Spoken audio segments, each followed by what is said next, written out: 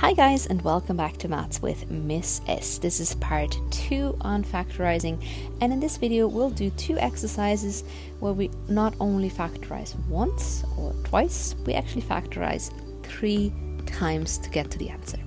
The procedure is exactly the same, so first thing you do, look for like letters. So look for the same letter in your terms.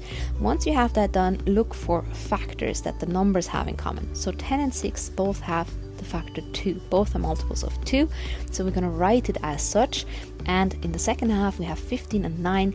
Here both of them are multiples of 3, so we're going to write it as such because then it's simpler for us to spot what we can extract and factorize here.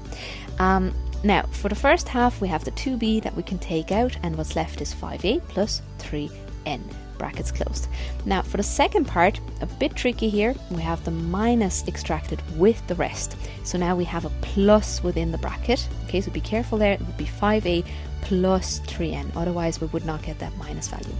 Now I underlined the 2 brackets in purple because these are actually like terms now.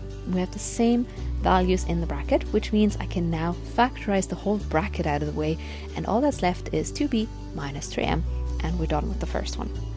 Now we're going to look at another exercise there, 6pq minus 12pt plus 14rq minus 28rt.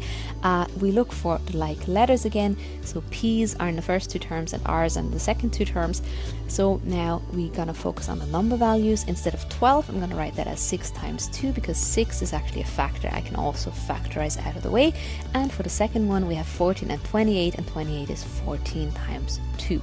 So also 14 here would be a factor for the second part.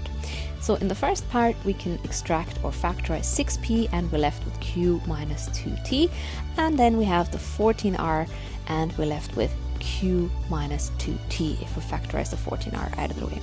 And then again we have the whole bracket that we can pull out, and then we're left with 6p plus 14r, and that's the whole thing. So 3 factorizations but the same process.